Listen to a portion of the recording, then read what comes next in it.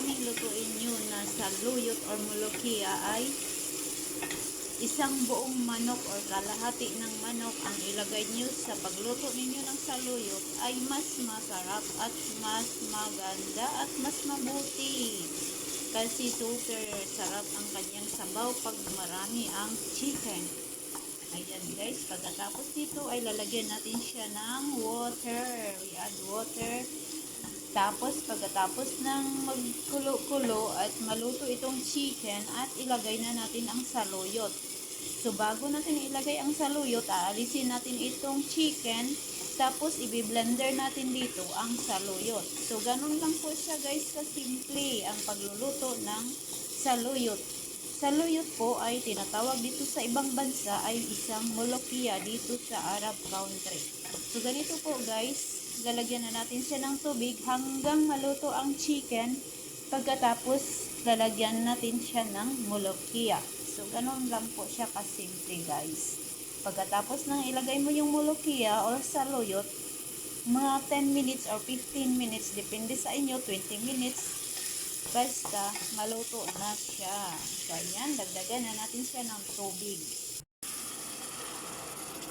So ayan, damihan lang natin ang kanyang tubig guys, kasi po lulutuin muna natin ang chicken. Pag maluto ng chicken, saka natin ilagay ang saluyot. Ang saluyot ay tinatawag dito na molokia sa Arab country. So ayan, pag maluto na yung chicken ay liliit na yan ang tubig. Yan. Diba? Pag mapansin nyo ay maliit lang na manok. Pero pwede rin ninyo ilagay ang isang buong manok pag gusto nyo. Pag super masarap talaga ang lutong saluyot. So ayan guys. So tapos pala guys, ang ilalagay natin dito sa lutong saluyot ay black pepper lang siya at asin. Lagyan natin siya ng asin. Ayan po siya. Lalagyan natin siya ng salt. Ayan. So, ganun lang siya guys. Pero kung meron kayong Maggi, yung Maggi cubes na lagi kong ginagamit dati, kaya lang ngayon ay hindi pa naka-grocery, so hindi pa nakabili. So, black pepper lang muna ang ilalagay ko at saka itong asin. So, yun po guys, hindi pa yan siya luto. Pag maluto na yung chicken ay aalisin natin yan siya. Tapos, pwede na natin dyan ilagay yung saluyot, dyan natin i-blender. So, depende pa rin yan sa discard ninyo guys. Tatakpan muna natin.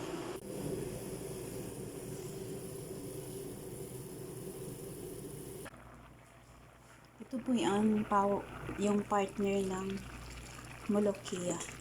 White rice lang siya guys. Ang partner ng lulutuin kong molokia.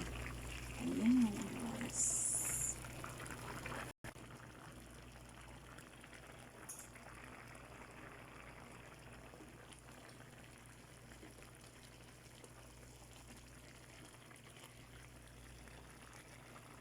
Ayan siya guys, ang rice.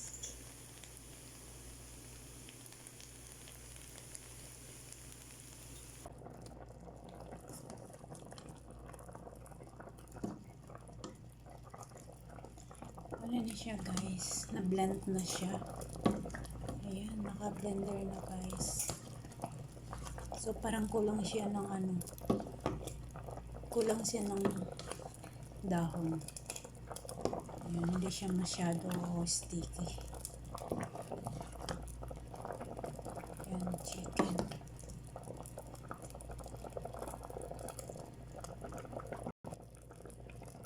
Ayan na siya guys.